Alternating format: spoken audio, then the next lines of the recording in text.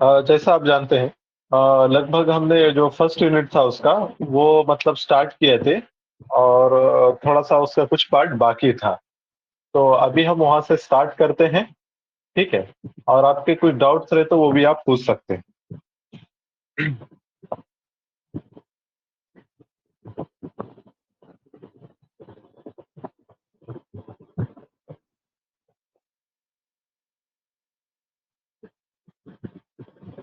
हाँ, तो हमने देखो लास्ट सेशन में biological oxygen demand, chemical oxygen demand, BOD, COD, ये क्या रहता है, डिसॉल्व ऑक्सीजन क्या रहता है, ये देख लिया था। फिर इसी तरीके से मैं एक बार बस वो कौन से कंसेप्ट देखे थे, एक बार जस्ट रीड कर लेता हूँ नाम। जैसा कि हमने देखो स्टार्ट किया था इन्वायरमेंट से, इन्वायरमेंट की डेफिनेशन, इकोलॉजी की डेफिनेशन, देन उसके बाद individual, population, community, ecosystem, biosphere, ये क्या रहता है ये हमने देख लिया था। उसके बाद हमने इकोसिस्टम, उसके डेफिनेशन, फिर बायोटिक कंपोनेंट्स क्या रहते हैं, अबायोटिक कंपोनेंट्स क्या रहते हैं, देन इकोटोन क्या रहता है, एज इफेक्ट क्या रहता है, ये देख लिया था। उसके बाद इकोलॉजिकल नीश क्या रहती है, नीश के टाइप, हैबिटेट नीश, फूड नीश, रिप्रोडक्टिव नीश, ये देख लिए। देन फूड चेन क्या रहती है, फूड वेब क्या रहता है, दोनों में इंटरलिंकेजेस क्या है, ट्रॉपिक लेवल क्या रहता है, ये देख लिए।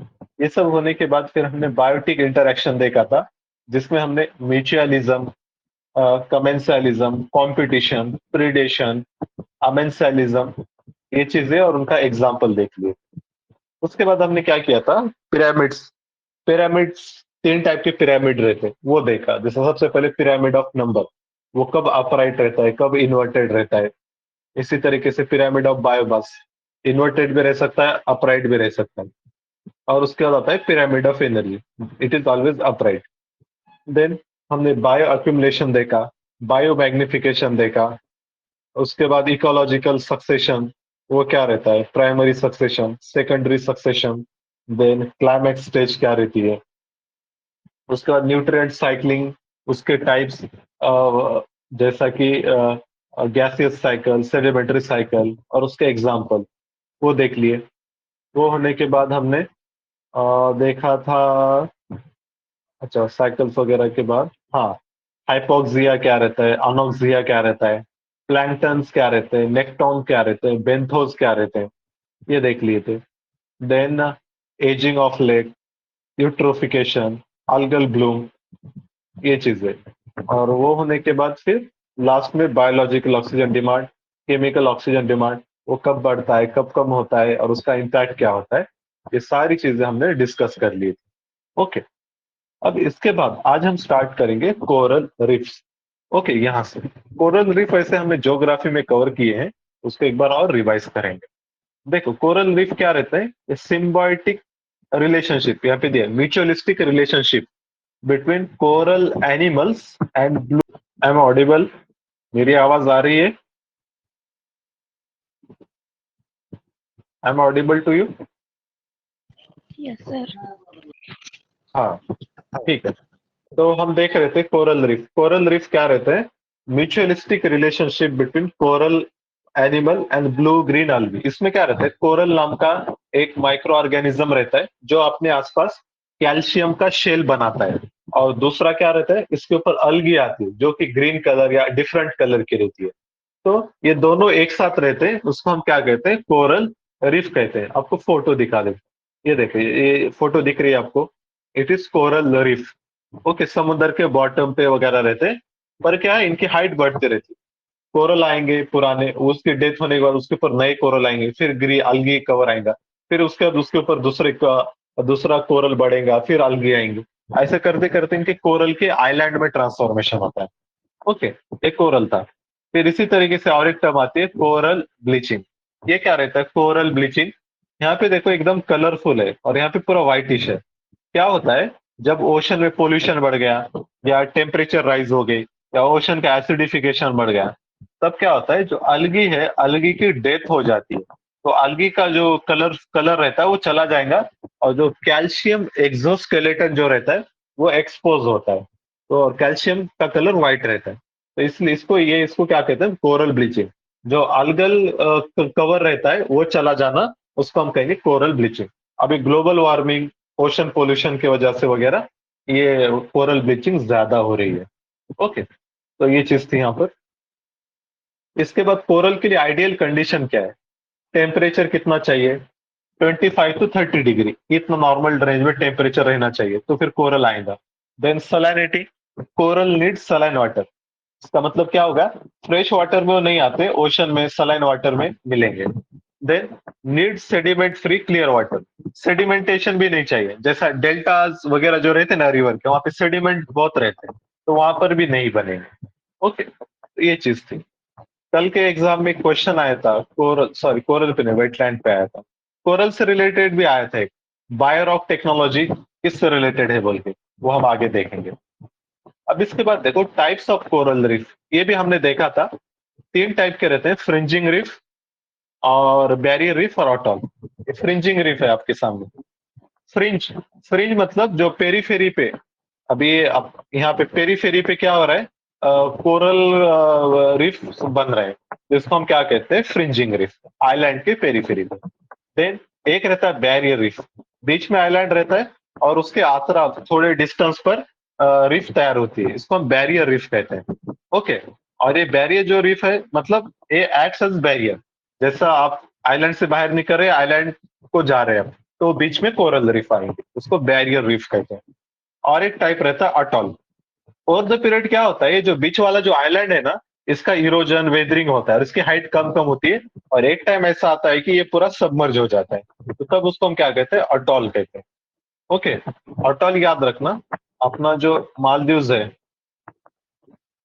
मालदीव्स हो गया, या फिर दूसरा लक्षद्वीप है, ये क्या है? अटॉल है। ओके, देन इसके बाद ये तो टाइप देख लिया हमने। ओके, कोरल ब्लीचिंग भी हमने देख लिया, वो अलगल ग्रीन कवर चला जाता है। Causes of coral bleaching, coral bleaching क्यों हो रहा है? यहाँ पर देखो, इंक्रीज इन ओशन टेम्परेचर, ये हो रहा है ग्लोबल वार्मिंग की वजह से। दूसरा क्या है? Run of water and polluted water. Polluted water, इसका इन्फ्लक्स ज्यादा हो रहा है, इंडस्ट्री से वाटर जाता है, एग्रीकल्चर से जाता है, इसमें क्या रहता है? हजार्डस सब्सटेंसेस वगैरह रहते हैं, इसका भी इम्पैक्ट होता है। Over exposure to sunlight and irradiance. Okay, over exposure to sunlight irradiance, अब वो ये भी मतलब क्या हो रहा है? सी लेवल राइज होता है, टाइड्स वगैरह, एक्सट्रीम टाइड्स की वजह से वगैरह भी होता है। देन इसके बाद कोरल रीफ डिस्ट्रीब्यूशन, ये तो उतना खास नहीं समझो, पर याद रखना यहाँ पर ऑस्ट्रेलिया के पास वगैरह बहुत ज्यादा कोरल मिलते हैं, ये जो रीजन है अपने पैसिफिक का। और ऑस्ट्रेलिया के पास सबसे बड़ी कोरल रीफ है वर्ल्ड की, उसका नाम क्या है? कोई बता सकता? सबसे बड़ी कोरल रीफ वर्ल्ड की, फेमस है, ग्रेट बैरियर रीफ, नाम याद रखो। ओके, मेरी आवाज आ रही है आपको? मुझको सुन पा रहे हैं आप लोग? आ रही है ठीक, सर। ओके। ओके, चलो इसके बाद देखो, हाँ, measures taken to government to protect coral reef. Coral reef के लिए क्या मेजर ले रहे हैं, इस पे क्वेश्चन आया था। Biorock technology. ओके, तो ये मतलब 1-2 साल पहले का करंट अफेयर था समझो। तो बायोरॉक टेक्नोलॉजी में क्या करते हैं, ये एक्चुअली गल्फ ऑफ कच्छ में एक्सपेरिमेंट कर रहे हैं। इसमें क्या करेंगे, स्टील के फ्रेम बनाते हैं और उसमें क्या करते हैं, स्मॉल अमाउंट सर ऑफ कल क्वेश्चन इलेक्ट्रिक पूछा करंट सर पास ये। कर रहा है। हाँ सर हाँ, इस पे वही कल बोल रहा क्वेश्चन पूछा सर हूँ। Biorock techno. हाँ हाँ, वही उसीलिए मैं बता रहा, बायोरॉक टेक्नोलॉजी कल क्वेश्चन आया था। बायोरॉक टेक्नोलॉजी किससे रिलेटेड है? ओके, तो बायोरॉक टेक्नोलॉजी कोरल रीफ से रिलेटेड है। तो कैसा? तो यहाँ पे क्या करते हैं, in this technology steel structure बनाते हैं और उसमें से small amount of electric current pass कराते हैं। इसकी वजह से क्या होता, वो जो स्टील फ्रेम है ना, उसके ऊपर मिनरल डिपॉजिट होते हैं, dissolve mineral crystallise on the steel structure. और इससे क्या होता है, फिर कोरल रीफ वहां पे अट्रैक्ट होते हैं, कोरल वहां पे धीरे धीरे तैयार होते हैं, कैल्शियम कार्बोनेट वगैरह डिपॉजिट होता, फिर अलगी आती, फिर कोरल रीफ बनते। मतलब मतलब कैल्शियम वगैरह डिपॉजिट होता तो ये नेचुरल कोरल के जैसा दिखते। तो ऐसा यहाँ पे दिया है। ओके, तो ये चीज भी आप लोग समझ लेना। बायो कैसे इनिशिएटिव्स पे वगैरह भी क्वेश्चन आते हैं। ओके, आपका सही आया? अटेम्प्ट किया आपने question? Good good good, very good. Yes sir. Okay, हाँ, बहुत अच्छे, बहुत अच्छे। अब देखो दूसरा, अब इसके बाद कोरल रीफ हमने देख लिया, अब मैंग्रोव्स देखते हैं। मैंग्रोव्स क्या रहते हैं? Mangroves are various large, extensive types of trees up to the medium height and shrubs that grow in saline coastal sediment in the tropics and subtropics, mainly between latitude 25 north, 25 south. Mangroves क्या रहते हैं? आपने coastal areas में देखे होंगे या फिर lakes के पास वगैरह, जहाँ पे वाटर बहुत ज्यादा रहता है हमेशा, वहां पर जो स्पेशीज आते हैं ना ट्री के, उसको मैंग्रोव्स कहते हैं। ओके, जनरली यहाँ पे साल्ट वाटर ज्यादा रहता है, तो ये जो स्पेशीज रहते हैं ये साल्ट टॉलरेंट रहते हैं। साल्ट टॉलरेंट जो स्पेशीज रहते हैं, मतलब जो साल्ट वाटर में भी आते हैं, तो उनको हम हेलोफाइट कहते हैं। हेलोफाइट, ये टर्म याद रखना, हेलोफाइट। ओके, इसके बाद देखो, तुमको मैं एक फोटो दिखाता हूँ, समझ में आएगा। कोरल रीफ की, ये देखो, ये वाले कोरल रीफ्स रहते हैं। Mangroves, mangrove forest, sorry, mangrove forest जहाँ पे साल्ट वाटर वगैरह ज्यादा रहता है वहां पे आते हैं। लेकिन ये मैंग्रोव्स बहुत इंपॉर्टेंट है, इस पर भी एक क्वेश्चन आया था कल। ओके, तो पहले हम देखते हैं इसमें। हाँ, यहाँ पे ये चीज देखो, क्योंकि ये ऐसे जगह पे आते हैं जहाँ पे वाटर लॉक कंडीशन रहती है, वहां पर पानी बहुत ज्यादा रहता है, तो इनके जो रूट्स रहते हैं ना, रूट्स एक स्पेशल टाइप के रूट्स रहते हैं, न्यूमेटोफोर्स, क्रॉप रूट और स्टिल्ट रूट, ये तीन टाइप के रूट है। वो क्या रहते हैं वो हम देखेंगे। ये अडेप्टेशन है फॉर साल्ट वाटर या फिर आप वाटर लॉक कंडीशन। रूट्स का काम क्या रहता है? रूट्स जनरली ट्री है समझो। ओके, तो रूट्स जमीन के अंदर रहेंगे, इनका काम रहता है वाटर और मिनरल लेके ट्री को पहुंचाना। वाटर, मिनरल, फिर ये ऑक्सीजन भी मतलब लेते हैं एयर से, ऑक्सीजन, नाइट्रोजन। ओके, मिनरल में नाइट्रोजन वगैरह भी आता ना, लेकिन पर क्या आता है, वाटर लॉक कंडीशन है, अब यहाँ पे पूरा वाटर से ये ढका हुआ है, तो इनका कांटेक्ट एटमॉस्फेयर से टूट जाता है, तो फिर ये लोग अडॉप्ट करते हैं। अडॉप्टेशन उसमें क्या होता है, ये जो ट्रीज के रूट है ना, ये ऐसे नीचे जाते हैं फिर ऐसे ऊपर आते हैं पानी के ऊपर। तो ये जो नीचे से ऊपर जो रूट्स आ रहे हैं ना, उसको हम क्या कहते हैं? न्यूमेटोफोर्स। न्यूमेटोफोर्स कहते हैं ये जो रूट्स हैं जो जमीन के नीचे से ऊपर आते हैं।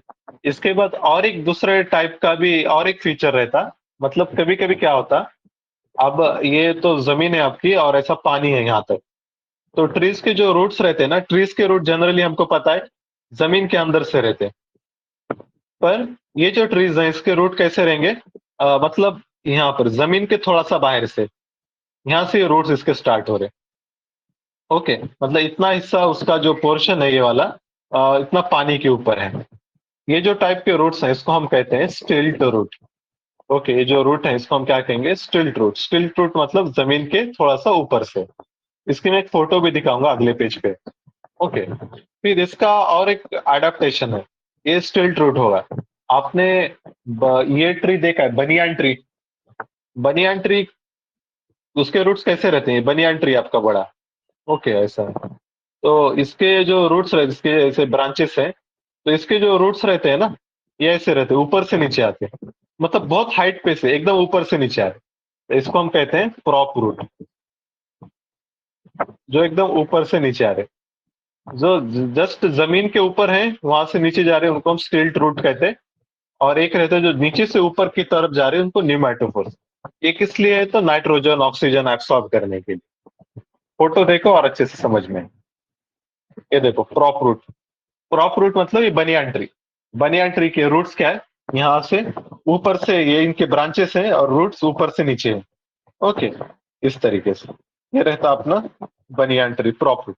स्टिल्ट रूट, स्टिल्ट रूट के फोटो देखो, ये ग्राउंड है, ग्राउंड से जस्ट ऊपर से यहाँ से रूट्स इसके स्टार्ट हो रहे, जमीन के अंदर से नहीं, ग्राउंड के थोड़ा सा ऊपर से। और इसका दे न्यूमेटोफोर्स। न्यूमेटोफोर्स मतलब ये जमीन के नीचे से ऊपर आ रहे हैं एयर्स, ये इनके जो रूट्स हैं। ये तीनों रूट समझ में आए आपको? ये समझ में आ रहा है? हेलो, समझ में आ रहा है ये? Yes, sir. हाँ, ठीक है, ओके। तो ये हमने देखा एडेप्टेशन ऑफ मैंग्रोव्स। अब मैंग्रोव्स क्यों हम इतना पढ़ रहे हैं, क्या इंपॉर्टेंस है इनका? तो इनका इंपॉर्टेंस क्या है, देखो ये क्या करते हैं, इनके बहुत सारे बेनिफिट हैं। जैसा they act as breeding ground for fish. Fish जो है ना, यहाँ पर आके इनके रूट्स के पास अपने एग्स ले करके, ओके, तो फिश के लिए ब्रीडिंग ग्राउंड्स है। इसी तरीके से prevents coastal soil erosion, coast पे जो सॉइल इरोजन वगैरह होता है उसको रोकते हैं, क्योंकि ये विंड्स को वगैरह एक्ट्स एज ऑब्स्ट्रक्शन। फिर इसी तरीके से protect coastal land from tsunami, hurricane, floods. इसीलिए इनको क्या कहते हैं, शेल्टर बेल्ट भी कहते हैं। एक शील्ड बोल के काम करते हैं, shelter belt. Okay, then enhance natural recycling of nutrients, nutrients की रिसाइकलिंग भी करते हैं। तो कल जो क्वेश्चन आया था ना यूपीएससी के पेपर में, वो उसने बोला था कि मैंग्रोव्स को किडनीज ऑफ द वर्ल्ड कहा जाता है। तो वो क्यों कहते हैं? तो क्यों कहते हैं किडनीज? किडनीज का काम क्या है, फिल्ट्रेशन करता है। किडनी अपने बॉडी में जो किडनी रहते हैं वो फिल्टर, वाटर फिल्टर करते हैं। इसी तरीके से इनको किडनी बोलते हैं, क्योंकि किडनी ये क्या करते हैं, रिवर के जरिए वगैरह जो भी मतलब पोल्यूटेड वाटर ओशन को जाता है, तो ओशन को मर्ज होने से पहले ये लोग क्या करते हैं, वो न्यूट्रिएंट्स वगैरह जो भी है पोल्यूटेड उसको एब्सॉर्ब कर लेते हैं। ओके, तो इसीलिए इनको क्या कहा जाता है, kidneys of the world, kidneys of the world, ये याद रखिए। ओके, इसके बाद देखो ये हो गया। देन और एक टर्म आती है वेटलैंड, ये भी काफी बार न्यूज में रहती है, वेटलैंड। देखो mangrove is a one type of wetland, wetland बहुत सारे रहते हैं। वेटलैंड नाम को ही डिकोड करो, ऐसा लैंड जो वेट रहता है। वेट रहना मतलब जहां पे पानी हमेशा अवेलेबल रहता है, पानी ज्यादा रहता है। तो इसका एक, अगर वो सलाइन वाटर है तो वहां पे मैंग्रोव आते हैं। ऐसे वेटलैंड के बहुत सारे टाइप है। इवन जो आपका राइस फील्ड रहता है, पैडी फील्ड रहता है, वहां पे पानी बहुत रहता है, तो भी वेटलैंड में आता है। एस्चुरीज आते हैं। ओके, तो ये क्या रहता है, हमेशा saturated with water. It is the land area that is saturated with water, either permanently or seasonally, such that it takes on the characteristics of distant ecosystem. Okay, ये सब। इसके बाद देखो वेटलैंड को, बहुत वेटलैंड जो भी मैंग्रोव फंक्शन करता है ना, वो पूरे वेटलैंड में आ जाएंगे। तो वेटलैंड बहुत इंपॉर्टेंट है हमारे लिए, क्योंकि सर यहाँ पे कोस्टल बायोडाइवर्सिटी। में वेटलैंड देखो, कोस्टल में जो रहते हैं, वेटलैंड में सारे आएंगे, कोस्टल भी आएंगे, इनलैंड भी आएंगे। कोस्टल में बात करें तो अच्छा मैंग्रोव्स वगैरह, ईस्टुरी। और इनलैंड में, जैसे आपके इनलैंड में लेक रहते हैं, लेक के पास भी वेटलैंड बनते हैं। फिर आपका जो पैडी फील्ड्स है वो भी वेटलैंड ही है। ओके, सांबर ठीक है लेक हो सर। गया। ओके, ठीक। हम्म, अब देखो, ये वेटलैंड को प्रोटेक्शन करने की भी जरूरत है। इन पर क्या हो रहा है, इंक्रोचमेंट वगैरह हो रहा था, पोल्यूशन हो रहा था। तो इनको प्रोटेक्ट करने के लिए कन्वेंशन है, रामसर कन्वेंशन कहते हैं। रामसर कन्वेंशन किस लिए? तो वेटलैंड प्रोटेक्शन के लिए है। ओके, तो ये चीज हमने देख ली। फिर इसके बाद देखो, ये आपके क्वेश्चन का जवाब यहाँ पे। वेटलैंड के जो टाइप्स रहते हैं, इनलैंड और कोस्टल। इनलैंड में क्या आएंगे, लेक्स, पॉन्ड्स, ऑक्सबो लेक। वो हमने देखा था ना, रिवर जब मियांडरिंग करती है तो वो कुछ पार्ट उसका साइड में निकल जाता है, तो वहां पे लेक बनता है, ऑक्सबो लेक।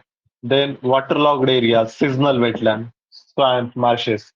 और कोस्टल एरियाज में इस्चुरीज, लगून्स, क्रिक्स जिसको हम खाड़ी बोलते हैं, और बैक वाटर, इसी तरीके से बेज वगैरह, ये सारे क्या है, कोस्टल वेटलैंड है। ओके, इसके बाद फंक्शन ऑफ वेटलैंड क्या रहते हैं? वेटलैंड के सेम जो मैंग्रोव के थे वही इसके है। Habitat for variety of flora fauna, fish के लिए वगैरह। Filter sediment and nutrients from the surface water. इसलिए वेटलैंड को भी मतलब आप किडनीज बोल सकते हैं, कोई इशू नहीं।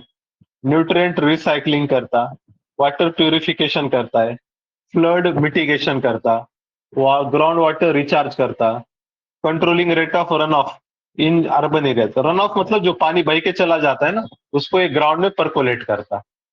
ये एक सारी चीजें। इसके बाद रीजन फॉर डिप्लेशन, ये डिप्लीट क्यों हो रहा है, क्या थ्रेट है इसको? पहली बात, ये वेटलैंड, बहुत सारे जो वेटलैंड्स हैं, conversion of land for agriculture, wetland को काट के एग्रीकल्चर के लिए ले रहे। ओवर ग्रेजिंग हो रही, जो लाइफ स्टॉक है उसके जरिए over grazing. Removal of sand from beds, sand निकाल दे रहे, एल्यूवल सॉइल। या फिर लेक्स को हम एक्वाकल्चर कर रहे हैं तो वहां पे डिस्टर्बेंसेस हो रहे हैं, habitat destruction, deforestation, pollution, domestic waste disposal, agriculture runoff, इसमें पेस्टिसाइड हो रहे थे, इंडस्ट्रियल इन्फ्लुएंस, क्लाइमेट चेंज, ये सारी चीजें है जो कि रीजन है डिप्लेशन ऑफ वेटलैंड। देन इसको मिटिगेट करने के लिए क्या मेजर करना चाहिए? प्रॉपर सर्वे करो, डिमार्केशन करो, देन आइडेंटिफाई करो, नेचुरल रिजनरेशन, वो फिर से रिवाइव कैसे होता है इसके बारे में मतलब स्टडी करना चाहिए। आर्टिफिशियल रिजनरेशन, जैसा अभी हमने बायोरॉक टेक्नोलॉजी पढ़ा था कोरल रीफ को रिस्ट्रक्चर करने के लिए, तो ऐसे ही कुछ टेक्नोलॉजी यूज करो। अफॉरेस्टेशन करो, वीड कंट्रोल, वीड मतलब जो घास वगैरह आता है, क्योंकि वो दूसरे जो यूजफुल ट्री स्पेशीज है उसको बढ़ने नहीं देता। वाइल्ड लाइफ कंजर्वेशन किया जाए, इंक्रोचमेंट को निकाला जाए, यूट्रोफिकेशन को कम किया जाए, इन्वायरमेंटल अवेयरनेस जनरेशन किया जाए। ये सारे क्या पॉइंट्स रहते हैं, मेंस में वगैरह काम में आते हैं। देन वेटलैंड को कन्वेंशन प्रोटेक्ट करने के लिए अभी हमने देखा था रामसर कन्वेंशन। ये क्या है? It is an international treaty for the conservation and sustainable use of wetland. तो यहाँ पर देखो रामसर क्या बोलता, वाइज यूज ऑफ वेटलैंड बोलता, ये टर्म इंपॉर्टेंट है। रामसर कन्वेंशन ये नहीं बोलता है कि वेटलैंड को यूज मत करो, मतलब वेटलैंड को प्रोडक्ट्स यूज मत करो, ऐसा नहीं बोलता। Wise use of wetland, wise use मतलब क्या? इस तरीके से उसके सोर्स रिसोर्सेस आप एक्सप्लॉइट करो ताकि वो सस्टेनेबल रहे, मतलब आप पूरा छोड़ो भी मत और पूरा खत्म भी मत करो, उसको ऑप्टिमम यूज करो और उसको रीजनरेट भी करो। तो इसको क्या बोलता? Wise use. ये बैन नहीं करता use of wetland, but wise use of wetland बोलता। ओके, ये बुक के हम एंड में देखेंगे इंडिया में अभी कितने रामसर साइट्स हैं वगैरह, उनके नाम वगैरह। रामसर साइट्स पे भी आया था ना क्वेश्चन कल मैथ द पेयर्स में। 4 वेटलैंड के नाम दिया था, सॉरी वेटलैंड हमारे रामसर साइट है और उनके स्टेट दिया, इनमें से कौन सा करेक्ट है ऐसा पूछा एग्जाम में। तो अभी याद रखना फिलहाल 49 रामसर साइट्स हैं इंडिया में, 49। अब क्या है देखिए रामसर लिस्ट है, रामसर मतलब क्या है इन शॉर्ट? रामसर क्या है? एक बड़ी किताब है जिसमें हर कंट्री के जो इंपॉर्टेंट वेटलैंड्स हैं वो लिखे हुए हैं। लेकिन इसके अलावा कुछ ऐसे वेटलैंड भी है जिनको थ्रेट बहुत ज्यादा है, जो मतलब on the verge of extension है, तो उनको ज्यादा प्रोटेक्शन की जरूरत है। तो ऐसे जो लिस्ट है, ऐसे जो वेटलैंड्स है, उनको अलग से और एक डायरी बनाए उनके लिए। वो जो डायरी है उसका नाम है मॉन्ट्रिक्स रिकॉर्ड। रामसर कन्वेंशन में मतलब जो इंपॉर्टेंट वेटलैंड्स है उन सब के नाम है। इसके अलावा लेकिन इसमें से भी जो और इंडेंजर्ड है, जिनको और ज्यादा अटेंशन देने की जरूरत है, उनके लिए हमने और एक अलग से डायरी बनाई, उसको कहते हैं मॉन्ट्रिक्स रिकॉर्ड। ये मॉन्ट्रिक्स रिकॉर्ड में इंडिया के अभी 2 साइट है, एक है केवलादेव नेशनल पार्क, ये आता है राजस्थान में, और दूसरा है लोकतक लेक। लोकतक लेक कहां पर आता बताइए? Where is the Loktak lake, in which state? कहां पर है लोकतक लेक, फेमस है? Maybe Jammu and Kashmir. No, जी sir. Loktak lake is in Manipur. Okay, याद रखना। यहाँ पे एक फेमस डियर मिलती है, उसका नाम है संगाई डियर। ओके, और it is the Loktak lake क्या only floating national park in India, only floating national park in India. अभी फ्लोटिंग क्या रहता है वो आप थोड़ा सा सर्च करके देख लो, ओनली फ्लोटिंग नेशनल पार्क। ठीक है, इसके बाद देखो वेटलैंड, ठीक है रामसर कन्वेंशन वगैरह इंटरनेशनल लेवल पे है। इंडिया क्या कर रहा है? इंडिया के पास अपने रूल्स हैं वेटलैंड प्रोटेक्शन के लिए, wetland conservation and management rules 2017। Okay, बस वो रूल और ईयर याद रखना, बाकी रूल क्या है वगैरह वो हमारे लिए इंपॉर्टेंट नहीं। रूल में वही जनरल चीजें रहेंगी, मतलब वहां पे इंक्रोचमेंट नहीं करना है, वाटर फिल्ट्रेशन करना है, बायोडायवर्सिटी कंजर्वेशन करना है, इसे जनरल जो भी अच्छी बातें रहती है वो रूल्स में रहती है, नया कंस्ट्रक्शन नहीं करना वगैरह ऐसा। तो वेटलैंड रूल्स याद रखना 2017। और ये कौन सी मिनिस्ट्री में आते हैं? वेटलैंड रूल वगैरह ये सारे आते हैं अपने ministry of environment, Environment. Environment, forest and climate. Okay, ये मिनिस्ट्री याद रखना। इसी तरीके से जो प्लास्टिक मैनेजमेंट रूल्स रहते हैं, ई वेस्ट मैनेजमेंट रूल्स वगैरह, तो ये सारी इसमें याद। ओके, इसके बाद देखो यहाँ पर अब इसका टेरेस्ट्रियल इकोसिस्टम वगैरह ये पार्ट दरअसल पढ़ना नहीं है। टुंड्रा बायोम वगैरह, डेजर्ट, ग्रासलैंड, ये क्यों नहीं पढ़ना है? क्योंकि ये हमने अच्छे से देख लिया है।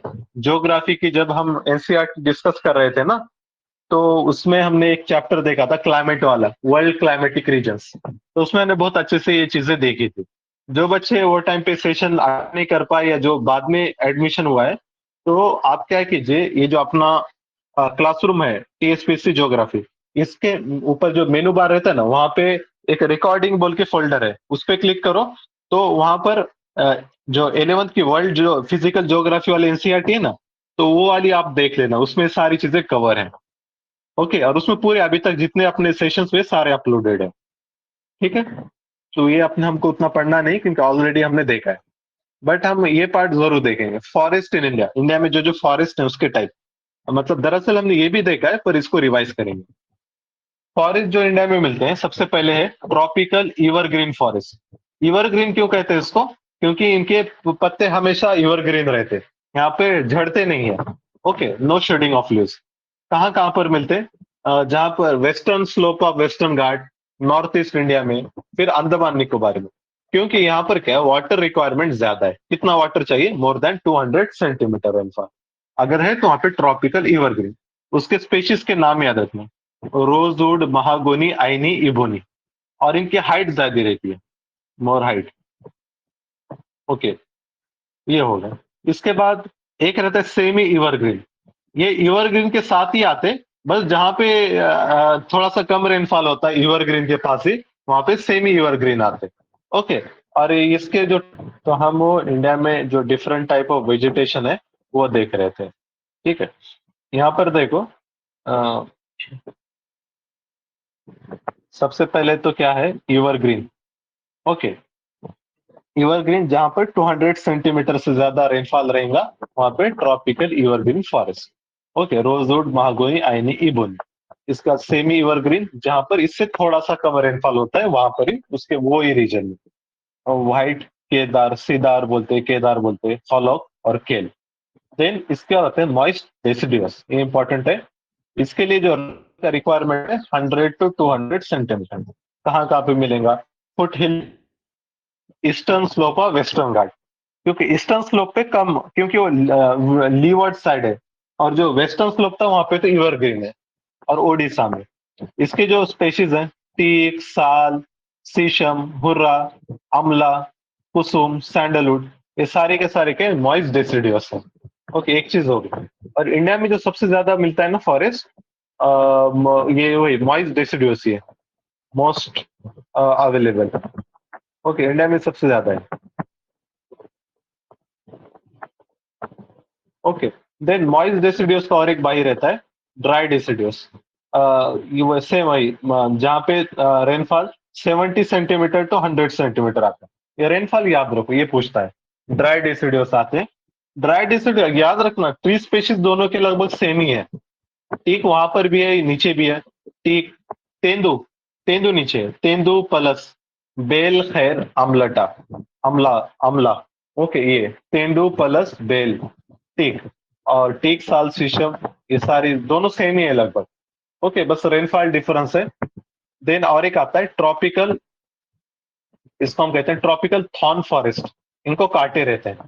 तो ट्रॉपिकल थॉर्न फॉरेस्ट के रेनफॉल कितना चाहिए? Less than 50 centimetre. इसके जो एग्जाम्पल हैं, बबूल, बबूल को काटे रहते हैं। ओके, बबूल, बेर, वाइल्ड डेट पाम, जो खजूर, खजूर का दरख्त रहता है वो भी थॉर्न है। नीम, खेजरी। ओके, दो तीन स्पेशीज याद रखना बस। जहां पर लेस देन 50 सेंटीमीटर रेनफॉल हो रहा है, वहां पर ट्रॉपिकल, ये फॉरेस्ट ट्रॉपिकल थॉर्न। ओके, ये बस ये 5 टाइप के याद रखो। ये लिटोरल वगैरह, स्वैम्प, ये सब, उसमें सब मैंग्रोव वगैरह आता है। ओके, इसके बाद देखो बायोडायवर्सिटी के ऊपर यहाँ पे थोड़ा सा डिस्कशन है। बायोडायवर्सिटी क्या रहती है? डाइवर्सिटी मतलब डिफरेंट वेराइटीज, और बायो मतलब जो बायो ऑर्गेनिजम्स हैं उनके अंदर। The variety and variability among living organism and ecological complexes in which they occur. Okay, तो बायोलॉजिकल डाइवर्सिटी इसका जो मेजर है 3 लेवल पे किया जाता है, एक जेनेटिक, स्पेशीज और ecosystem diversity. Genetic diversity, species diversity और इकोसिस्टम। तो ये कैसा रहता है देखो, जेनेटिक डायवर्सिटी मतलब क्या, थोड़ा सा ब्लर है, तो मैं आपको फिर भी समझा के बताता हूँ। Genetic diversity to variation of genes within a particular species. एक स्पेशीज है, सपोज आदमी, ह्यूमंस ले लो, तो ह्यूमंस मैं हूं, मेरा भाई है, और कोई मेरे सिटी का कोई पर्सन है, तो हमारे जीन में क्या डिफरेंसेस हैं, तो उसको हम क्या कहेंगे, जेनेटिक डाइवर्सिटी। तो एक के अंदर जो जीन में वेरिएशन रहता है उसको हम क्या कहते हैं, जेन डाइवर्सिटी। ओके, या फिर जैसा इंडिया के लोगों के जीन में क्या रहती है और चाइना के जीन्स में क्या स्पेशलिटी है, अफ्रीकन जीन्स में क्या रहता है। स्पेशीज डाइवर्सिटी मतलब refers to number and variety of species on earth। Number and variety of species, जैसा कोई फॉरेस्ट है, वहां पे लॉयन भी, टाइगर भी है, डियर भी है, फॉक्स भी है, बफेलो भी है, कैटल्स भी है। तो ये सारे क्या अलग अलग स्पेशीज, कितने डिफरेंट स्पेशीज हैं, तो उसको कहेंगे स्पेशीज डाइवर्सिटी। और एक रहता है इकोसिस्टम डाइवर्सिटी। इकोसिस्टम डाइवर्सिटी मतलब डिफरेंट टाइप्स ऑफ इकोसिस्टम्स।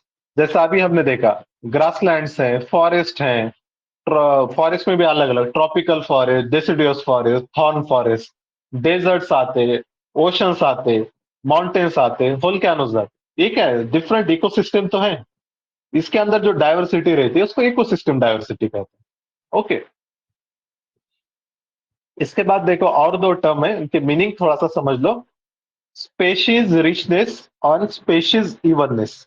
एक बार पढ़ो उसको, species richness, species evenness. Okay, दोनों के डेफिनेशन पढ़ लो।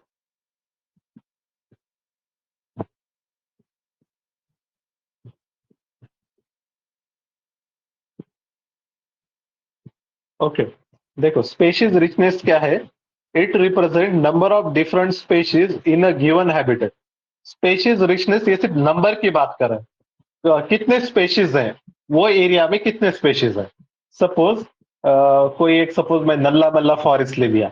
ओके, तो ये नल्ला मल्ला फॉरेस्ट में कितने स्पेशीज हैं, नंबर कितना है उनका, टाइगर है, लॉयन है, डियर है, और क्या है, ऐसा। तो टोटल मुझको समझ में आया यहाँ पे 200 स्पेशीज। तो नंबर, कितना नंबर, कितने स्पेशीज है, इंडिविजुअल काउंट नहीं कर रहे हैं, बस स्पेशीज के नंबर काउंट कर रहे हैं अलग अलग। और स्पेशीज इवननेस, इसमें क्या रहता है, it is the measure of relative abundance of different species. इसमें क्या काउंट होता है पता है, रिलेटिव अबंडेंस। मतलब सपोज टाइगर 15 है, लॉयन 10 है, ओके, और डियर 50, और इसी तरीके से एलिफेंट 50 है। तो हर स्पेशीज का जो रिलेटिव अबंडेंस है, तो वो देखा जाता है, कौन सी स्पेशीज कितनी है, उसके इंडिविजुअल्स कितने हैं। तो ये जितना ज्यादा इक्वल रहेगा उतना ज्यादा हम उसको बोलेंगे इवन, कोई एक डोमिनेंट नहीं रहेंगी। और स्पेशीज रिचनेस में क्या होता है, सिर्फ कितने स्पेशीज हैं वो देखा जाता है, और इवननेस में रिलेटिव अबंडेंस, कौन ज्यादा है कौन कम है वो देखा जाता है। ओके, ये आया समझ में, ये टर्म्स आए के समझ में, बोलो। Yes, sir. समझ में आ रहा है, ओके, ओके, गुड, ठीक है। स्पेशीज रिचनेस देखा, स्पेशीज इवननेस हमने देखा। अब और भी टर्म्स हैं जो डाइवर्सिटी देखने के लिए हम यूज करते हैं, alpha diversity, beta diversity, gamma diversity. ये क्या रहता है देखो, बस ये टर्म से फैमिलियर होना है, इनके डेफिनेशन वगैरह याद करते नहीं बैठना है। पहले मैं आपको बता देता हूँ अल्फा डाइवर्सिटी। अल्फा डाइवर्सिटी क्या रहती है, it is the species diversity present with in each forest और ग्रासलैंड। मतलब कितने स्पेशीज हैं एक ग्रासलैंड में वगैरह, या फिर एक ग्रासलैंड पैच, कोई एक particular region, grassland patch. Beta diversity represented by species diversity between any two patches and their communities. Gamma diversity of landscape is species diversity along the entire range of mountain slope. ये diagram देख, suppose ये हम बात कर रहे हैं, ये क्या है, सपोज अपना वेस्टर्न घाट है, वेस्टर्न घाट, वेस्टर्न घाट पे का वेस्टर्न स्लोप है समझो। ओके, अब उसमें हम स्टडी कर रहे हैं उसको पूरा, वो कहाँ से, गुजरात से लेके केरला तक। अभी हम क्या किए, हमने मुंबई सिटी के पास का वेस्टर्न घाट देखा। वहां पर एक पर्टिकुलर जो हिस्सा था, तो वहां पर कितने डाइवर्सिटी है, कितने स्पेशीज हैं। तो एक पर्टिकुलर हिस्से में कितने हैं, उसको हम क्या बोलेंगे, अल्फा डाइवर्सिटी। उसके बाद उसके करीब ही रत्नागिरी है, वहां पर जाके वहां की हमने स्टडी की, वहां पर कितने स्पेशीज हैं, तो उसको भी हम अल्फा बोलेंगे। और जब हम ये दोनों का कंपैरिजन करेंगे, दोनों में कितनी दोनों मिला के इसको स्टडी करेंगे, उसको कहेंगे बीटा डाइवर्सिटी। बीटा मतलब वही सेम इकोसिस्टम है, बस थोड़ा सा सेपरेटेड है, थोड़ा सा। और सेम लोकलिटी पे जो रहता है alpha diversity, between two different locations beta. और इसके बाद पूरा जब हम with in entire system, with in entire western slope की अगर बात करते हैं, तो उसका पूरा मतलब कितना डाइवर्सिटी है, तो उसको हम कहेंगे ग्यामा। ग्यामा में क्या है, एंटायर इकोसिस्टम है, एंटायर रेंज है। यहाँ पर एक अल्फा में पर्टिकुलर लोकेशन, बीटा मतलब दो पर्टिकुलर लोकेशन के बीच में की डाइवर्सिटी, और ग्यामा मतलब पूरे जितने भी वहां पर लोकेशन है सारों का बायोडाइवर्सिटी, उसको कहेंगे ग्यामा। अल्फा बीटा ग्यामा, ये आए समझ में, alpha beta gamma. Diversity at particular location alpha, then same system में थोड़ा सा दूसरे लोकेशन में डाइवर्सिटी, उसको वो दोनों का कंपैरिजन, उसको बीटा। और गैमा मतलब पूरे सारे टाइप के जितनी डाइवर्सिटी है। ओके, ये आए समझ में, अल्फा बीटा गैमा डाइवर्सिटी आए समझ में।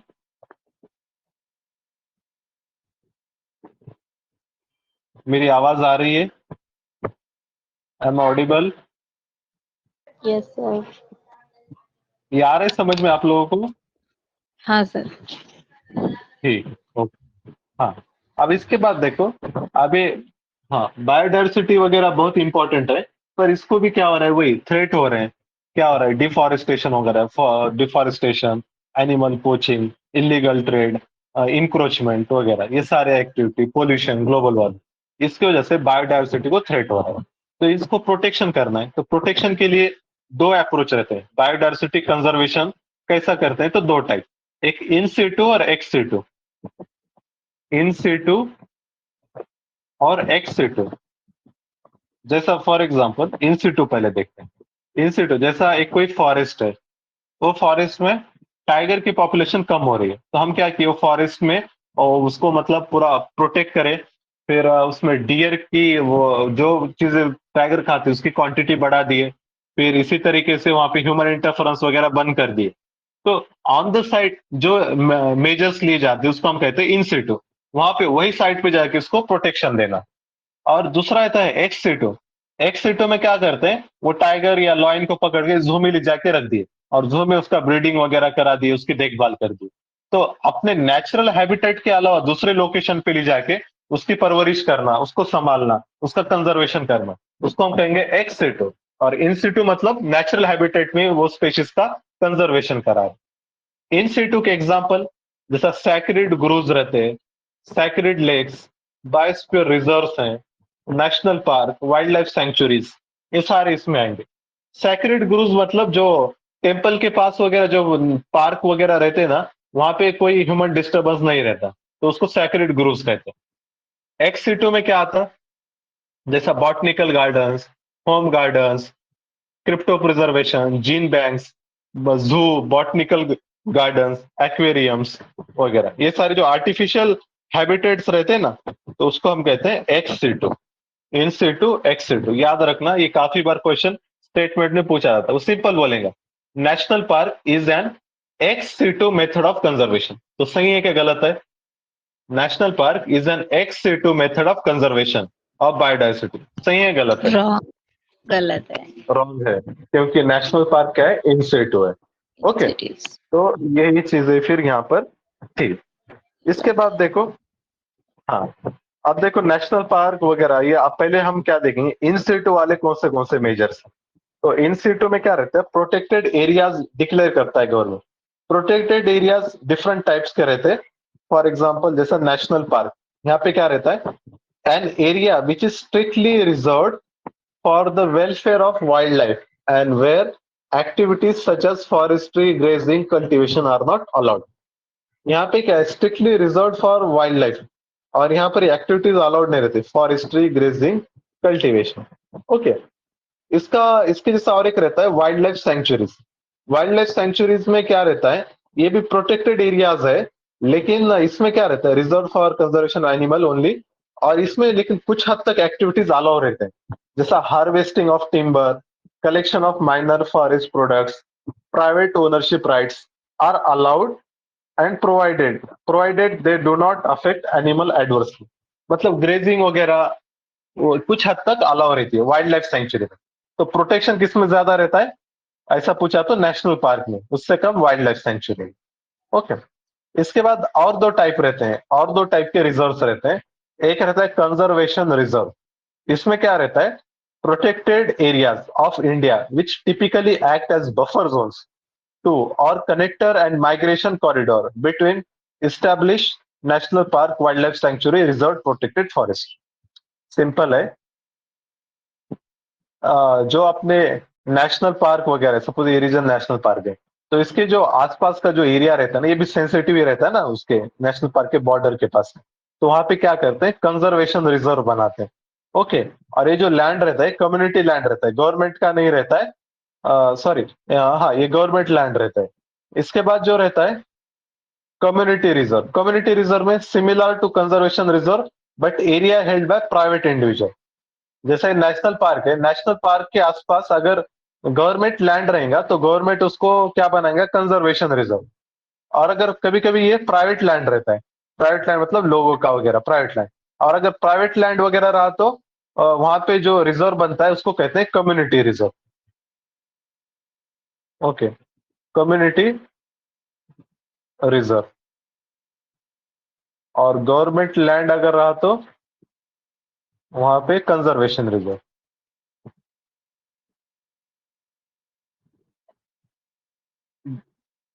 ठीक है। तो ये था कंजर्वेशन रिजर्व, कम्युनिटी रिजर्व, ये भी प्रोटेक्टेड एरियाज हैं national park, wildlife century के आसपास। देन और एक टर्म आती है बायोस्फीयर रिजर्व। ओके। ये मतलब नेशनल पार्क जैसा ही है, लेकिन इसमें क्या है, साइंटिफिक कंजर्वेशन वगैरह किया जाता है। ओके। इसमें टेक्नोलॉजीज वगैरह यूज किए जाते हैं। तो बायोस्फीयर रिजर्व में देखो, the man and biosphere reserve programme of UNESCO formulated the concept of biosphere reserve. ये जो कंसेप्ट है, ये कंसेप्ट यूनेस्को का है। यूनेस्को का जो प्रोग्राम था मैन एंड बायोस्फीयर, उसमें ये दिया गया था। It deals with conservation of ecosystems and the genetic resources contain therein. इसमें इकोसिस्टम कंजर्वेशन और जेनेटिक रिसोर्स वगैरह ये सारे प्रोटेक्शन दिया जाता है। अभी इंडिया में देखा जाए तो इंडिया में we have total 18 biosphere reserve. India में कितने हैं, 18 बायोस्फीयर रिजर्व हैं। Out of which 12 are part of UNESCO map programme. India 18 declare किया, उसमें से यूनेस्को ने रिकॉग्नाइज किया है 12। UNESCO recognise 12 biosphere reserve. UNESCO recognise करता है, मतलब यूनेस्को की जो किताब डायरी रहेंगी उसमें उनको लिखा जाता, फिर यूनेस्को उनको प्रोटेक्शन के लिए फंडिंग वंडिंग वगैरह ये देता, गवर्नमेंट को गाइडलाइंस भी देता। ओके, ये याद रखना। इसी तरीके से इसके बाद जो बायोस्फीयर रिजर्व रहता है ना, बायोस्फीयर रिजर्व में तीन चीजें रहती है। सबसे पहले जो सेंट्रल जो सबसे क्रिटिकल एरिया रहता है उसको कहते हैं कोर रीजन। इसके बाद वाला जो इससे थोड़ा सा इंपॉर्टेंट लेकिन ये भी जरूरी रहता लैंड, इसको बफर, इसको ट्रांजिशन जोन बोलते हैं। एक मिनट, मैं चेक कर लूं। कोर, कोर के बाद बफर, बफर के बाद ट्रांजिशन। हाँ, कोर के बाजू वाला रीजन जो रहता है उसको बफर कहते हैं, और बफर के बाद जो रीजन रहता है उसको ट्रांजिशन। ट्रांजिशन के बाद क्या रहता है, ह्यूमन डेवलप हैबिटेशन वगैरह ये सारे रहते हैं, इसको कहते हैं ट्रांजिशन। ट्रांजिशन जोन, ये वाला जो रीजन रहता है इसको क्या कहते हैं, बफर। और उसके बाद ये नीचे वाला जो रहता है यहाँ पे कोर। ओके। तो इसको प्रोटेक्शन भी कोर को सबसे ज्यादा रहेगा, बफर को थोड़ा कम, ट्रांजिशन को थोड़ा कम, उससे कम। कोर में अनडिस्टर्ब लीगली प्रोटेक्टेड सिस्टम्स रहते हैं।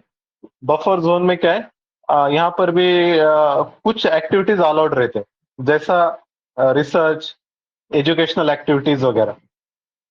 ट्रांजिशन जोन में और लोकल पीपल को वगैरह आने देते, क्रॉपिंग, फॉरेस्ट, ग्रेजिंग वगैरह ये सारे अलाउड रहते। ओके। कोर, बफर, ट्रांजिशन, ये तीन टाइप का रीजन रहता है बायोस्फीयर रिजर्व। ओके।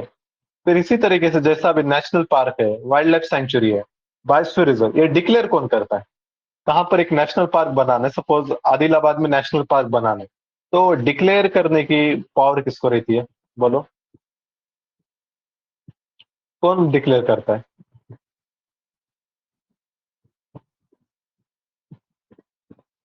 एनीबॉडी दो, आसान है क्वेश्चन। कौन डिक्लेयर करेगा? ऑप्शन देता हूँ, स्टेट गवर्नमेंट, सेंट्रल गवर्नमेंट, बोलो दोनों में से एक रहेगा। कौन? ट्राई तो करो।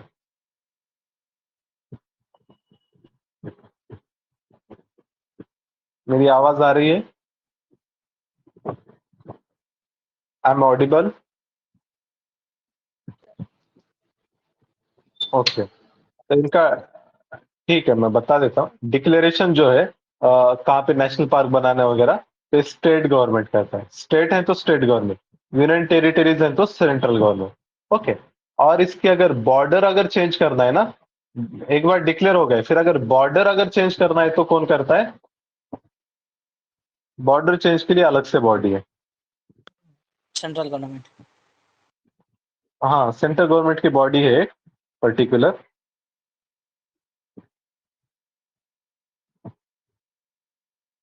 अगर बॉर्डर चेंज करना है तो national board for wild life.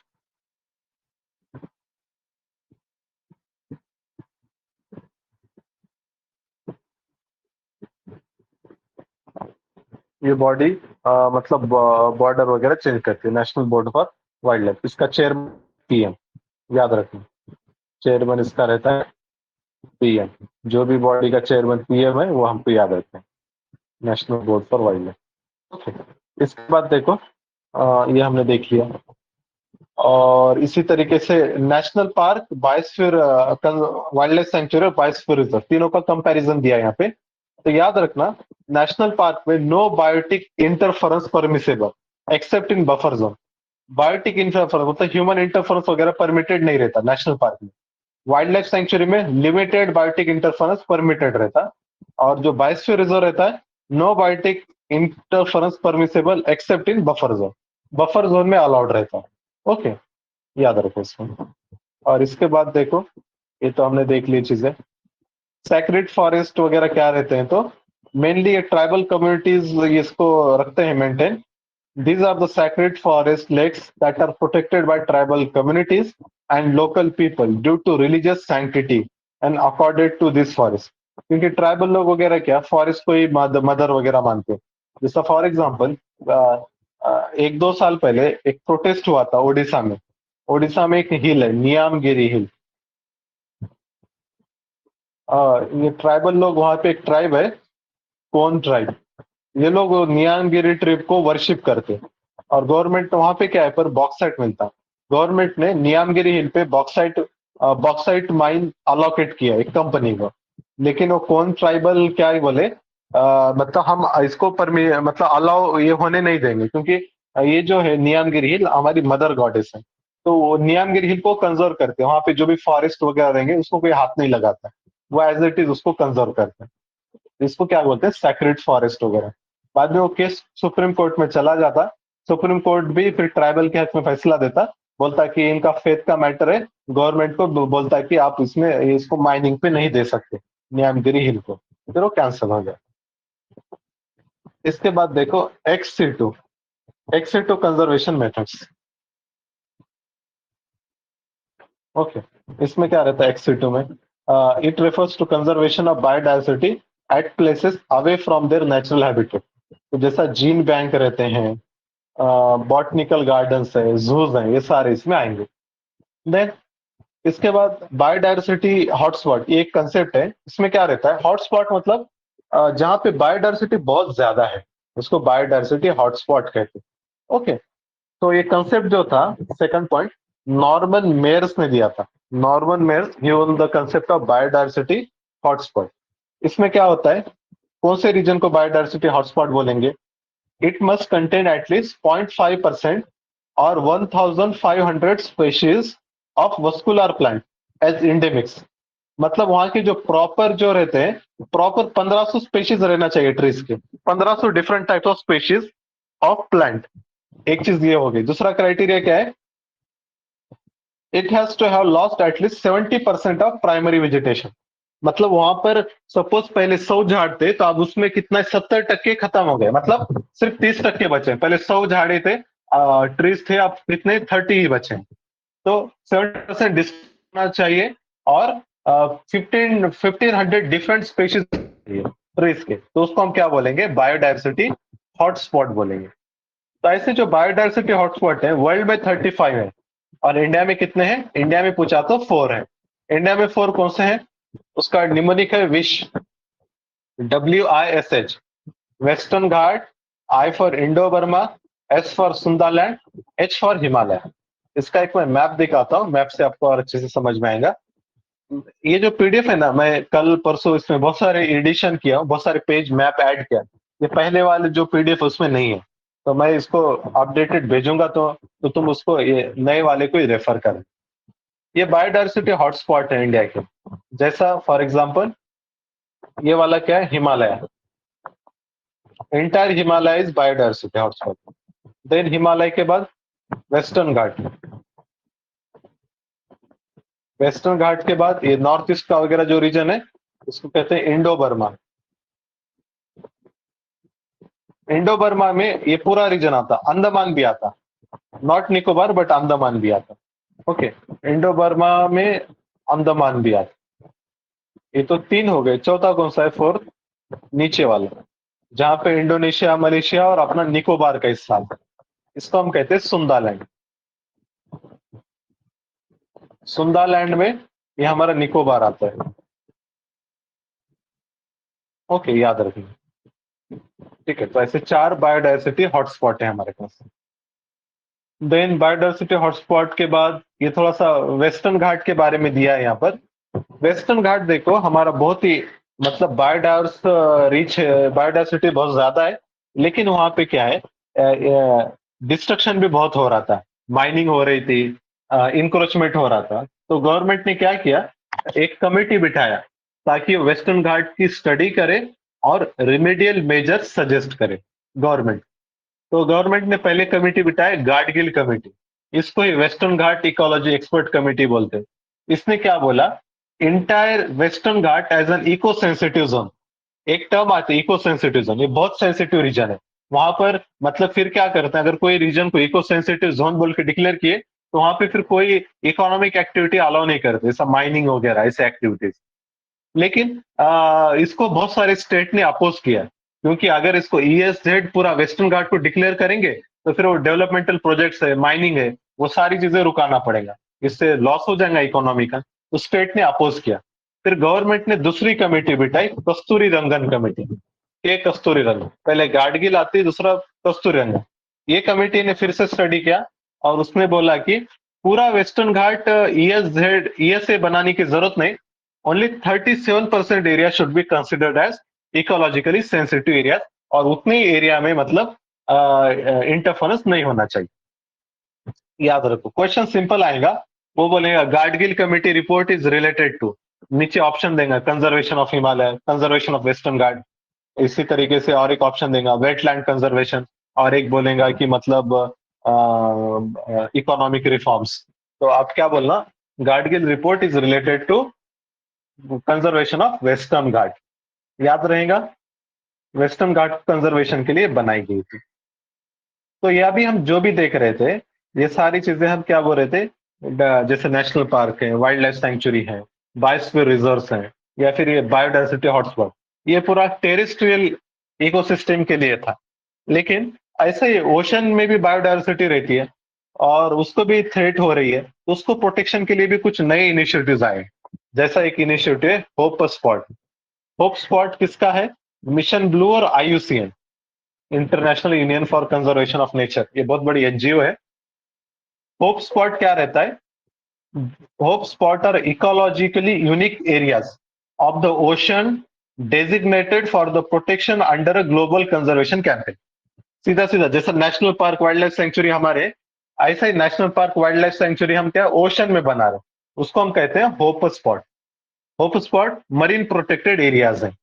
Okay, India में कौन से हैं, तो इंडिया में भी हैं अंडमान निकोबार और लक्षद्वीप, ये होप स्पॉट है। ओके, ये सारी चीजें हम बायोडायवर्सिटी वगैरह पूरा डिस्कस कर रहे हैं, ठीक है। तो इसके बाद देखो और एक टर्म देख लेते हैं, मेगा डाइवर्स कंट्रीज। ये भी एक टर्म आती है, जैसा हमने India is a part of biodiversity hotspot 35 countries 35 sites, इसी तरीके से इंडिया एक मेगा डाइवर्स कंट्रीज भी है।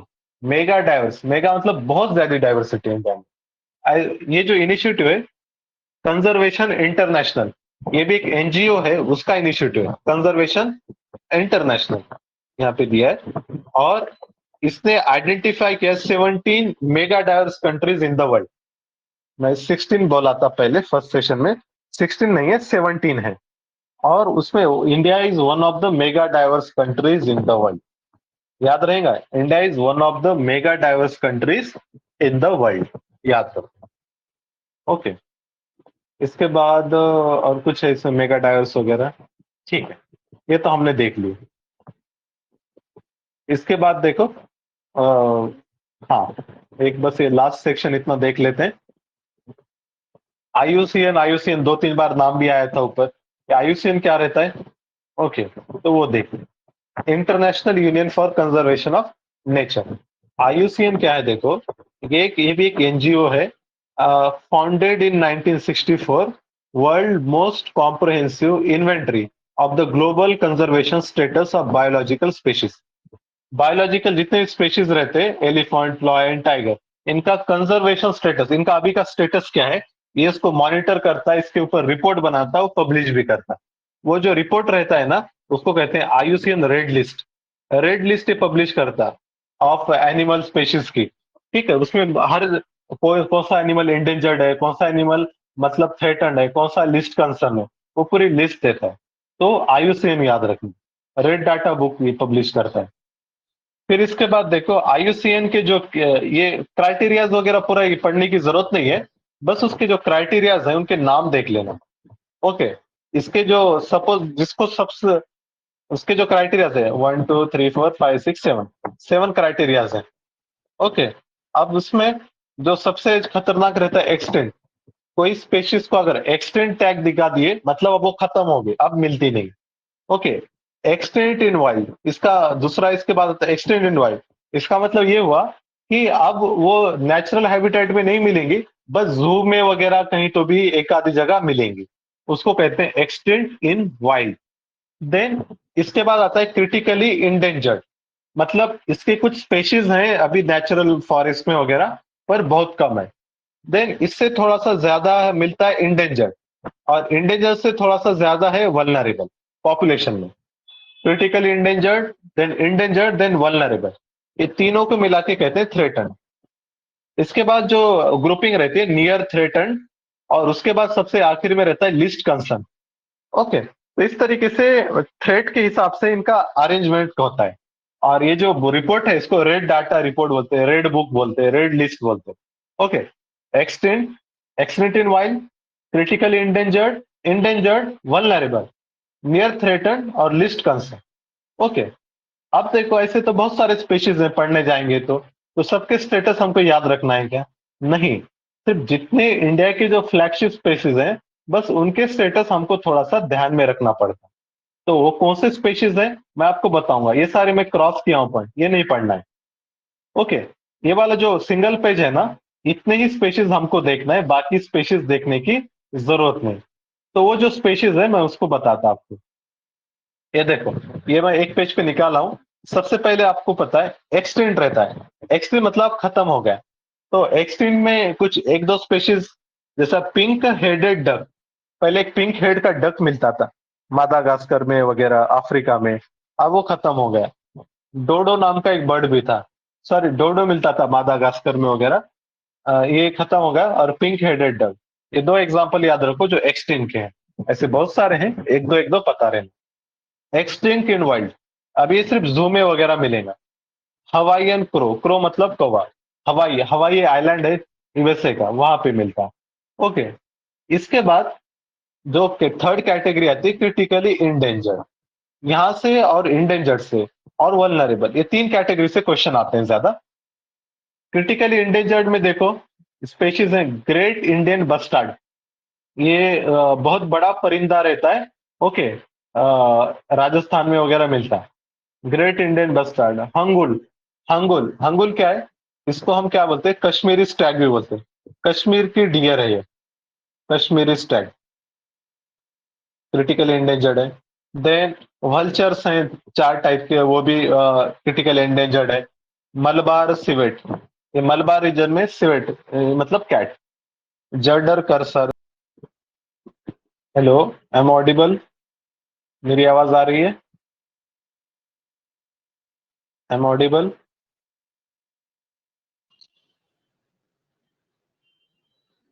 आवाज आ रही है?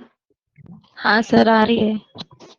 हाँ, ठीक है। ज्यादा परेशान मत होना, ये मैं बस आपको नाम पढ़ा रहा हूँ, वैसे नहीं पढ़े तो भी चलेगा, बट ऑन सेफर साइड में ऐड किया हूँ पेज, थोड़ा सा पता रहे तो अच्छा रहता अंडरस्टैंडिंग, क्योंकि वर्ड्स बार बार आते हैं। ओके, इसको एक बार बस आज हम पढ़ रहे हैं, कल मैं फिर से इसको पहले पहले ये पेज रिवाइज कराऊंगा, फिर आगे बढ़ेंगे। बस आज मैं आपको फैमिलियर करा रहा हूँ ये स्पेशीज से। क्रिटिकली इंडेंजर्ड हम देख रहे थे, ग्रेट इंडियन बस्टर्ड, अंगुल, वो वल्चर्स है 4 टाइप के, मलबार सिवेट, देन घरियाल, घरियाल मगरमच्छ का टाइप रहता है। एशियाटिक चित्ता, एशियाटिक चित्ता याद रखो, ऐसे चित्ता रहते हैं, अफ्रीकन चित्ता भी है, एशियाटिक चित्ता भी है। एशियाटिक चित्ता क्रिटिकल इंडेंजर्ड है। साइबेरियन क्रेन, अच्छा, और pink headed duck. Sorry, pink headed duck का मैं स्टेटस चेक करता हूँ, 1 मिनट। क्या है पिंक हेडेड डक? कल सर मशीर पूछा सर कल। कल मशरूम क्या पूछा था? मशीर मशीर ऑरेंज मशीर जो है ना सर, वो पूछा था मशीर। ऑरेंज, बराबर बराबर, आय ऑरेंज मशीर न्यूज में था। Good good good. Okay,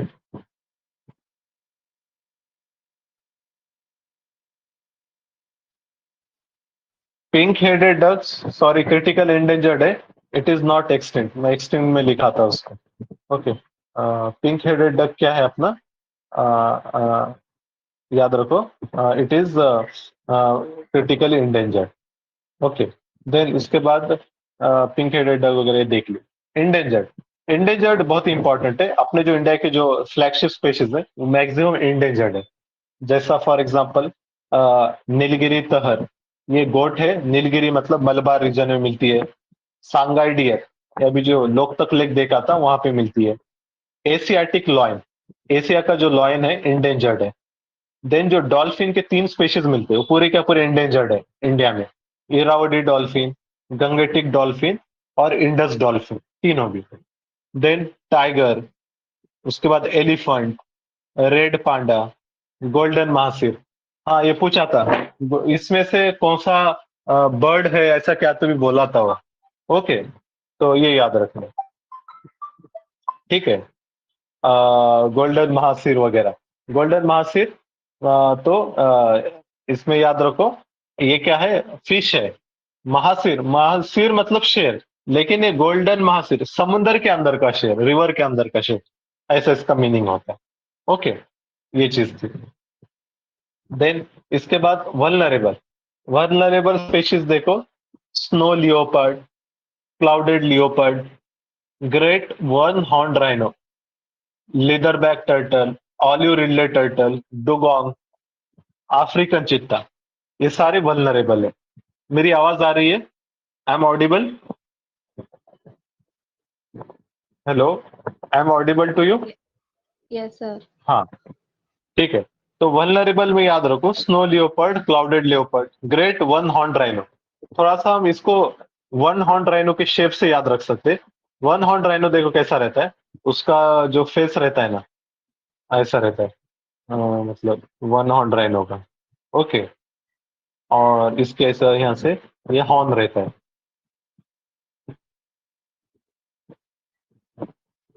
okay, ये जो इसका हॉर्न है और ये जो फेस है, इसका जो शेप बनता है ना, ये वी शेप है, समझो, वी शेप।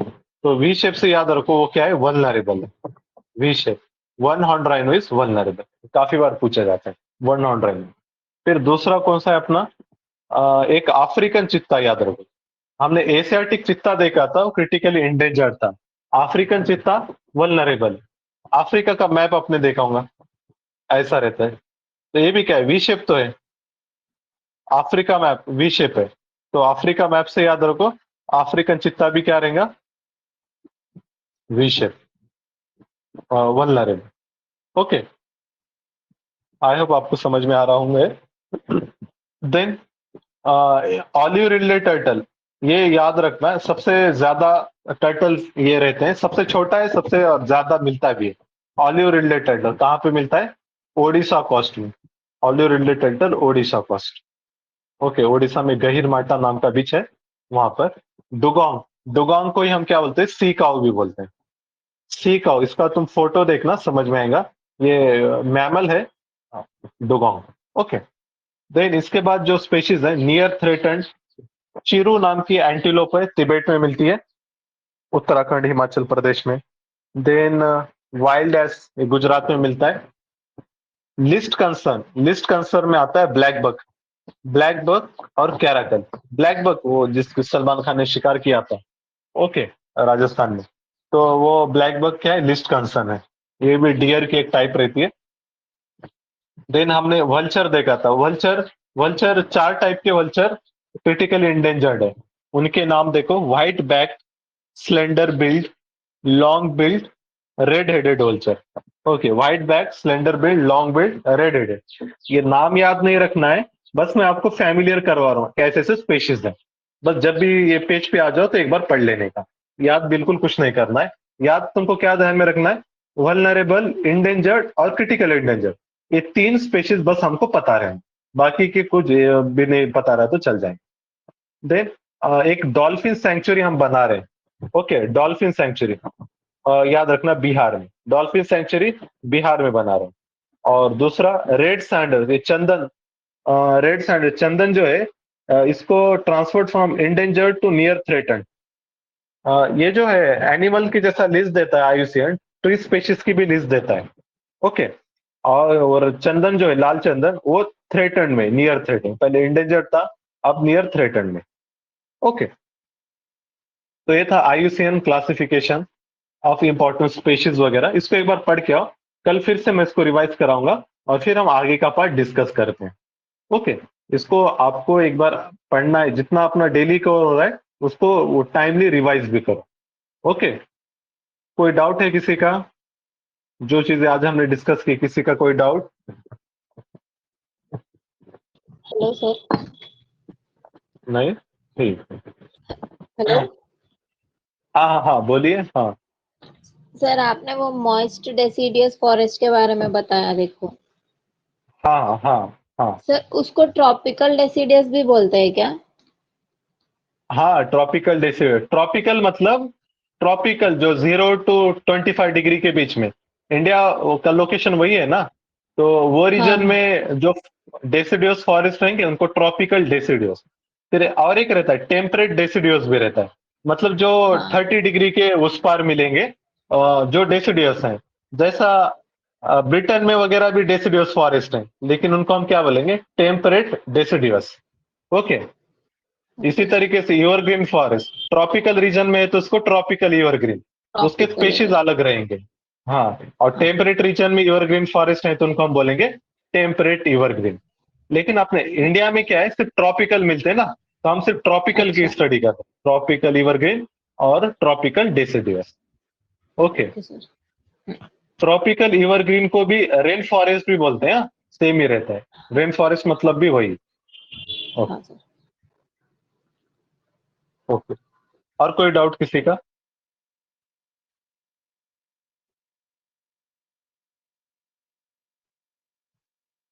ठीक है। अच्छा, यहाँ पे एक टर्म दिख रहे देखो, इपीफाइट। इपीफाइट क्या रहता है, ये टर्म का मीनिंग देख लो। तो कैसे टर्म्स विथ क्वेश्चंस आ रहे हैं। इपीफाइट मतलब क्या है, जनरली क्या होता है, ट्रॉपिकल रेन फॉरेस्ट में वगैरह ट्रीज बहुत ही डेंस रहते हैं। ओके, यहाँ पर ऐसा ट्रीज रहेंगे, बहुत कंपटीशन रहता है उनके अंदर। तो क्या होता है, जो छोटे ट्रीज वगैरह जो रहते हैं ना, मतलब ये सपोज ये ट्री पे फ्रूट लगा कोई, तो फ्रूट होता, फिर उसके अंदर सीड्स भी रहते हैं। तो सीड्स ये क्या होते हैं, ग्राउंड पर नहीं जाते, ये इसके सीड्स जब पक जाते हैं तो ये मतलब इसका जो ब्रांच रहता है ना ट्री का, वहां पर ये ग्रो होते। ओके, नया जो ट्री रहता वो बड़े ट्री के ब्रांच पे बनता है पहले स्टार्ट। फिर ये जब काफी अच्छा खासा बड़ा हो जाता फिर ये नीचे आ जाता, मतलब टूट के नीचे आएगा, फिर इसका नीचे आके फिर ये बड़ा ट्री बनेगा। ओके, तो कोई एक बड़े ट्री पे छोटा ट्री उसके ब्रांच पे बन रहा है, उसको हम क्या बोलते हैं, इपीफाइट कहते हैं। इपीफाइट, क्योंकि क्या होता है डेंस फॉरेस्ट में ग्राउंड तक ये पूरा सनरेज वगैरह नहीं पहुंच पाते, तो फिर वो जो छोटा ट्री है ये नेचुरल सिस्टम है, तो बड़े ट्री पे ग्रो होगा इनिशियल फेज में, और एक सफिशिएंट उसको स्ट्रेंथ मिल गई तो फिर अब नीचे आके वो ग्रो होता है, उसको कहते हैं इपीफाइट। ओके, समझ टर्म पे क्वेश्चंस पूछते हैं। ओके, ठीक है, और कोई बात, किसी का कोई डाउट वगैरह? हेलो हाँ सर, हाँ एक हाँ, बोलिए सिली जी। डाउट है सर। हाँ हाँ हाँ, जैसे कि बोलिए। एवरग्रीन फॉरेस्ट बहुत ठीक रहता है हाँ ना फॉरेस्ट का, हाँ हाँ, ट्रॉपिक, तो वहां पे बराबर, हाँ ज्यादातर सनलाइट नहीं पहुंचती ना हाँ हाँ हाँ। सर। सनलाइट नहीं पहुंचती तो वहां के फॉरेस्ट का ग्रोथ कैसे होता, मतलब ट्रीज कैसे बढ़ते? ट्रीज का क्या है, देखो ट्रीज के लिए देखो, जैसा सनलाइट जरूरी है ना, और भी दूसरी चीजें जरूरी रहती है, उसमें से एक चीज रहती है वाटर, पानी भी बहुत जरूरी है। और ट्रॉपिकल रेन फॉरेस्ट में क्या है, वाटर रेनफॉल डेली होता है ना वहाँ पे ट्रॉपिकल रीजन में, तो हाँ पानी बहुत ज्यादा है। पानी ज्यादा है तो फिर ट्रीज की ग्रोथ फास्ट होती है। अब देखो, ऑब्वियस है सनरेज का पहले क्या होता है, मसला होता है सनरेज कम मिलेंगे, लेकिन ये ट्री ने उसको भी अडॉप्ट कर लिया। क्या होता है, स्टार्ट के फेज में इनको दिक्कत होंगी, लेकिन बाद में जैसे बड़े हो जाएंगे ना, इनकी हाइट बहुत बढ़ती है, तो एक बार जो अभी अडल्ट हो जाते हैं तो इनको मतलब बाद में टेंशन नहीं रहता, सनरेज बड़े हो जाते हैं एकदम, हाइट बहुत बढ़ती है, तो सनरेज वगैरह इनको मिलते रहते हैं। और सपोज बाय चांस कोई ट्री उतना ग्रो नहीं हो पाया तो वो तो फिर वो खत्म हो जाएगा जल्दी। ओके, हाँ ऐसा रहता है। तो सॉइल भी मतलब ह्यूमस वगैरह भी रहता है और पानी बहुत ज्यादा रहता है, तो हाँ, इसलिए ऑर्गेनिक तो वहां पे, मैटर ज्यादा रहता है उसपे। हाँ, ऑर्गेनिक ज्यादा रहेगा। इसी तरीके से देखो सनरेज भी एक हिसाब से ऐसा देखा जाए ना, सनरेज वैसा ट्रॉपिकल रीजन में एडुकेट रहते, लेकिन वो ग्राउंड तक नहीं पहुंचते। ओके, क्योंकि हाँ वो क्योंकि डायरेक्ट सनरेज वहां पे हिट होते ना, तो जो हाँ बड़े ट्रीज है उनको सनरेज मिलेंगे, तो इसलिए और बड़े हो जाते हो। फिर इसी तरीके से जैसा अभी हमने देखा इपीफाइट वगैरह, इससे भी ग्रोथ हो रहा है ना ट्री का, तो फिर हाँ इसलिए हाँ। वहां पे हर छोटी छोटी जगह पे भी कुछ ना कुछ झाड़ी मिलेंगे। Okay, okay sir. ठीक। और कोई डाउट किसी का? हम्म, ठीक है, तो फिर आज का सेशन हम एंड करते हैं, कल मिलते हैं। अराउंड 30 पेजेस हमने शायद डिस्कस कर लिए, वो जो इसको पढ़ो भी और आगे के 20 पेजेस भी पढ़ के आओ। ओके, फिर कल हम स्टार्ट करेंगे वहां से फिर से। ओके, तो ठीक है, सेशन हम एंड करते हैं आज का।